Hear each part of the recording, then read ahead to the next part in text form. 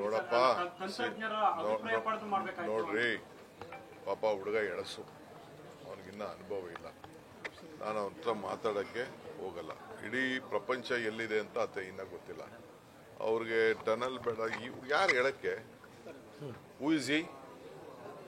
Election ನಿಂತ್ಕೊಳ್ಳೋಕೆ ಹೇಳಿ ಅಲ್ಲಿ ಹೋಗಿ ಸೆಂಟ್ರಲ್ ಮಿನಿಸ್ಟರ್ ಆಗ್ಬಿಟ್ಟು ಇಲ್ಲ ಪಾರ್ಲಿಮೆಂಟಲ್ಲಿ ಅಂತ ಅಂದ್ಬಿಟ್ಟು ಒಂದು ರೆಸಲ್ಯೂಷನ್ ಮಾಡಲಿ, ಟನಲ್ಲೇ ಬೇಡ ಈ ಪ್ರಪಂಚದಲ್ಲಿ ದೇಶದಲ್ಲಿ ಅಂತ ಅಂದ್ಬಿಟ್ಟು ಒಂದು ರೆಸಲ್ಯೂಷನ್ ಮಾಡಲಿ.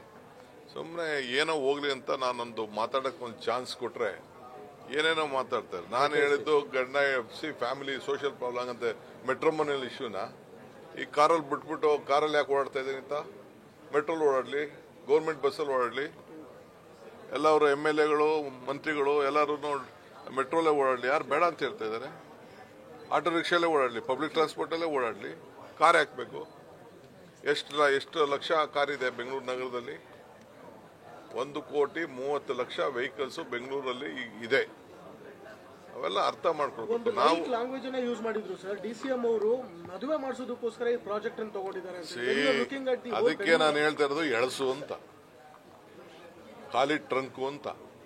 10 ರೂಪಾಯಿ ತಂದಿಲ್ಲ. ಈಗ ನೀವೆಲ್ಲ ಬಂದಿದ್ದೀರಿ, ಯಾರು ನೀವು ಪಬ್ಲಿಕ್ ಟ್ರಾನ್ಸ್ಪೋರ್ಟ್ ಅಲ್ಲಿ ಬರಕಾಗ್ತದೆ ಅನ್ರಿ?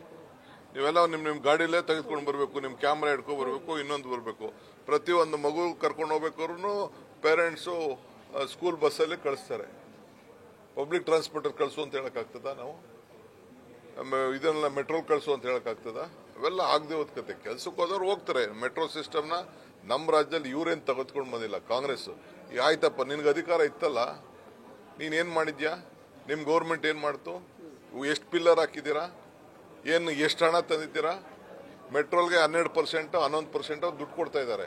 ಇವತ್ತೇನಾದ್ರು ಕೊಟ್ಟರೆ ಇದು ನಮ್ಮ ಸ್ಟೇಟ್ ಗೌರ್ಮೆಂಟು. ಪ್ರತಿಯೊಂದು ಲ್ಯಾಂಡ್ ಕಾಂಪನ್ಸೇಷನ್ಸ್ ಮತ್ತೊಂದೆಲ್ಲ ಸುಮ್ಮನೆ ಖಾಲಿ ಮಾತು. You don't match.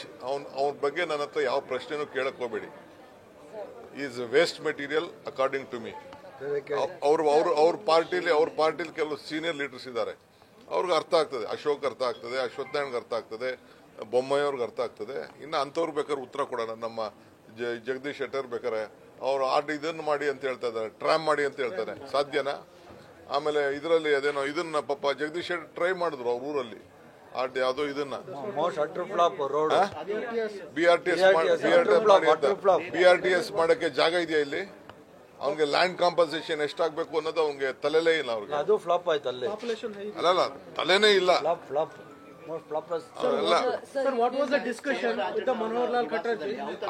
I don't want to speak any politics. ನೀವು ಅರ್ಬನ್ ಡೆವಲಪ್ಮೆಂಟ್ ವಿಚಾರ ಬಂದ ತಕ್ಷಣ ನಾನು ಮಾತಾಡಿದ್ದೀನಿ. ಯಾವುದು ಮಾತಾಡಕ್ಕೆ ನಂಗೆ ಇಷ್ಟ ಇಲ್ಲ. I am telling you today I am very happy. The honorable one minute.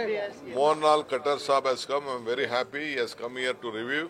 We are hosting that on our request. We are very kind enough. I think he is coming to know about the best practices of what is going on in Karnataka. We are setting a model on the good governance in Karnataka, either in any municipality, in any corporation, or it is the GBA. We are doing the best. I think they have appreciated, and this is a global city. We have convinced them that is a very big, large population. About 41% of the population on the state is in the urban sector. And we wanted to give a better transport. They have to understand. Even they have given some suggestion. Definitely, let us look at it. I think we need more funds. There was earlier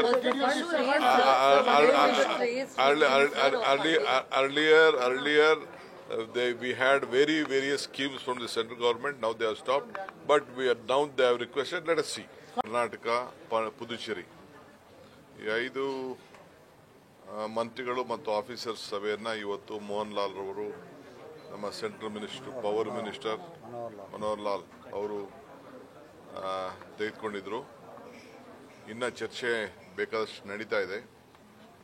ನಮ್ಮೆಲ್ಲ problems ಎಲ್ಲ ಅವ್ರ ಮುಂದೆ ಇಟ್ಟಿದ್ದೇವೆ. ಇನ್ನ ಹಣ ಏನು ಕೊಡ್ತೀವಿ ಅಂತ ಅವ್ರೇನು ಹೇಳಿಲ್ಲ. ಬಟ್ 15th ಕಮಿಷನ್ ಇಂದ ಕೂಡ ಏನು ಮಾತು ಕೊಟ್ಟಿದ್ರು ಆ ಮಾತು ಪ್ರಕಾರ ಆಗಿಲ್ಲ.